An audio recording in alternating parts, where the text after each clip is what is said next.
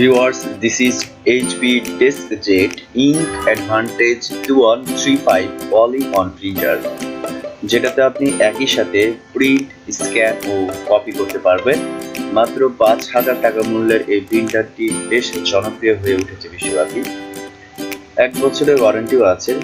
এটি হচ্ছে বক্স, দেখতে পাচ্ছেন। সো চলুন এটি প্রথমে খুলে দেখা যাক। দেখতে পাচ্ছি একটি ইউএসবি কেবল এবং একটি পাওয়ার কেবল। এটি মেবি প্রিন্টারের ফ্রন্ট সাইড। সো দেখা যাক আর কি কি আছে বক্সে। একটি software CD, user manual guide এবং একটি কার্ট্রিজ। সো বেশ চমৎকার ডিজাইন এবং আউটলুকের সুন্দর প্রিন্টারটি।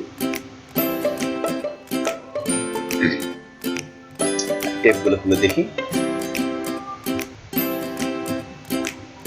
এটা মনে হয় স্ক্যানিং এর জন্য, স্ক্যানিং করতে ব্যবহৃত হবে।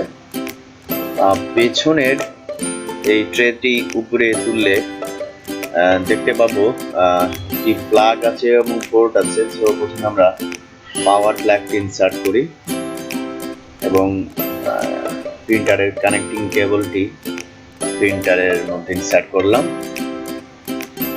ফ্রন্ট সাইডে বক্সটি খুললে দেখতে পাবেন একটি ইঙ্ক কার্ট্রিজ হোল্ডার আছে।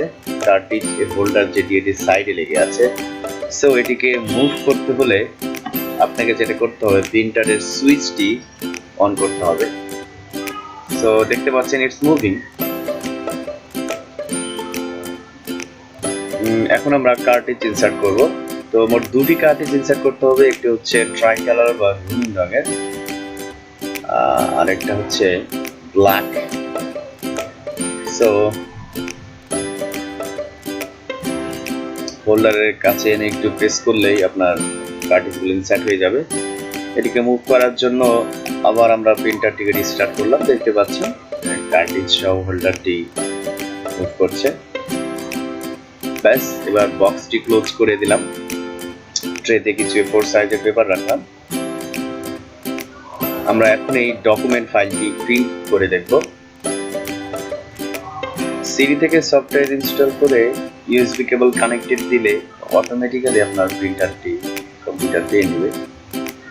তো দেখতে পাচ্ছেন প্রিন্টিং স্পিড মোটামুটি ভালোই।